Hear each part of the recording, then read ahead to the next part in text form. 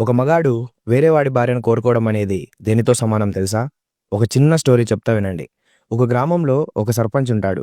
వాడికి అమ్మాయిలంటే ఎప్పటినుండో ఒక రకమైన చూపు ఉంటుంది. ఒకరోజు ఈ సర్పంచ్ ఎక్కడికో బయటికెళ్ళొస్తుండగా దాహం వేసి ఒక ఇంటి దగ్గర ఆగుతాడు. ఆ ఇంట్లో చాలా అందంగా ఉన్న ఒక అమ్మాయి తన భర్తకు అన్నం వడ్డిస్తూ ఉంటుంది. ఈ సర్పంచ్ బయట నుండి తాగడానికి మంచినీళ్ళు ఇవ్వండి అని అడుగుతాడు. ఆ అందమైన అమ్మాయి లోపల నుండి ఒక బాటిల్‌లో వాటర్ తీసుకొని బయటికొచ్చి సర్పంచ్‌కిస్తుంది. ఆమె అందాన్ని చూడగానే ఎలాగైనా ఈమెను మా ఇంటికి తీసుకెళ్ళాలనుకుంటాడు. లోపల ఉన్న భర్త భోజనం తినడం అయిపోగానే నాకు బయట చిన్న పనుంది వెళ్ళొస్తా అని వెళ్ళిపోతాడు.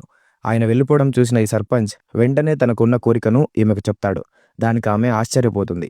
సర్పంచ్ గారు, మీరు ఈ ఊరికి పెద్దండి. మీరు నన్ను కోరుకోవడం ఏంటి అంటుంది. ఎంత చెప్పినా సర్పంచ్ మాత్రం వినడు. ఇంక అయ్యే పనిలా లేదనేసి ఆమె దానికి ఒప్పుకొని, సరే నేను మీతో వచ్చేస్తా.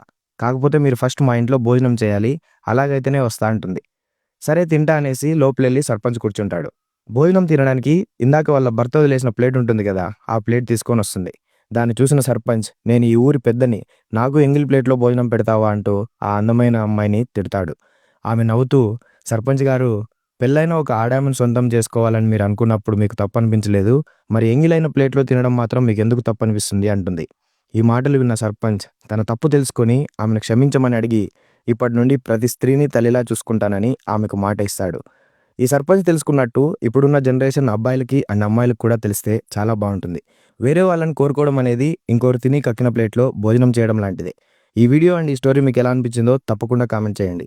అలాగే ఇలాంటి మరిన్ని వీడియోస్ కోసం మా ఛానల్‌ని ఫాలో అవ్వండి.